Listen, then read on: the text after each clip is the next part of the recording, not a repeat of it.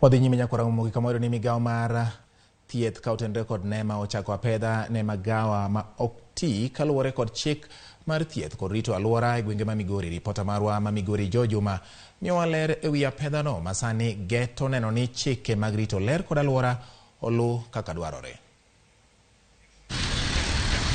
Lil mar alwora ma ikelo kod pitaka kata pi mochido mamol kawuok e moko magawa e chuny boma ni ma Migori en ywak mabende osebed ka igolo kod ogan mathoth e kaunti ni ma Migori kuom kinde buora. Moko kuom pitaka gi mawuok e magawa osebedo kamol nyaka orano ma Migori mabende thoth oganda ma odak e boma ni kaachiel kod alwora mare osebedo katiyo godo.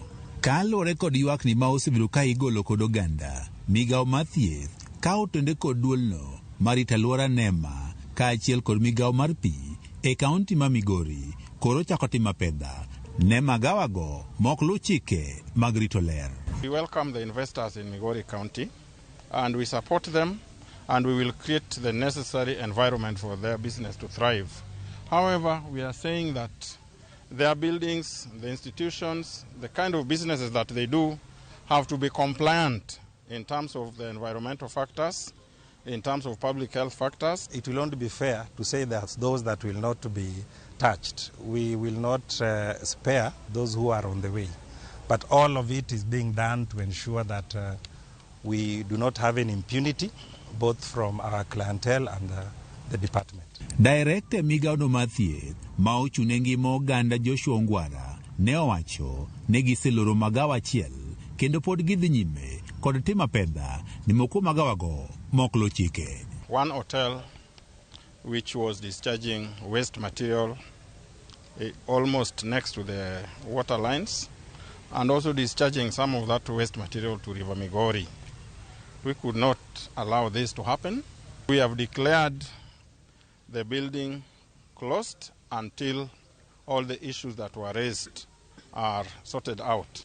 Mae ne osir kod Samson Ochwere matokruogno mar NEMA e kaunti ni ma Migori kaachiel kod Joseph Karanja mawuok e Migao no mar pi mane owacho ni magawa mathoth e boma ni ma Migori ogero dag choko taka machiegni kod lai mar pi gino bedo nyaka sani keto ngima oganda kamarach. The law says that they should leave 20 meters from the middle of the road, but some who goes up to the leeway, to those road reserves, they have already violated the NEMA law, which already has been properly stated by the NEMA.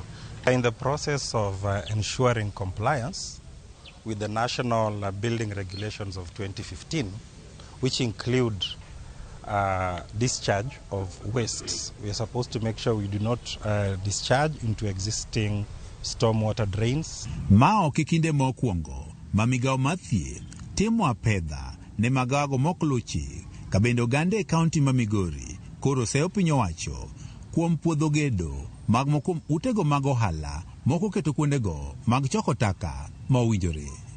Jojuma, Ramogi TV, Migori.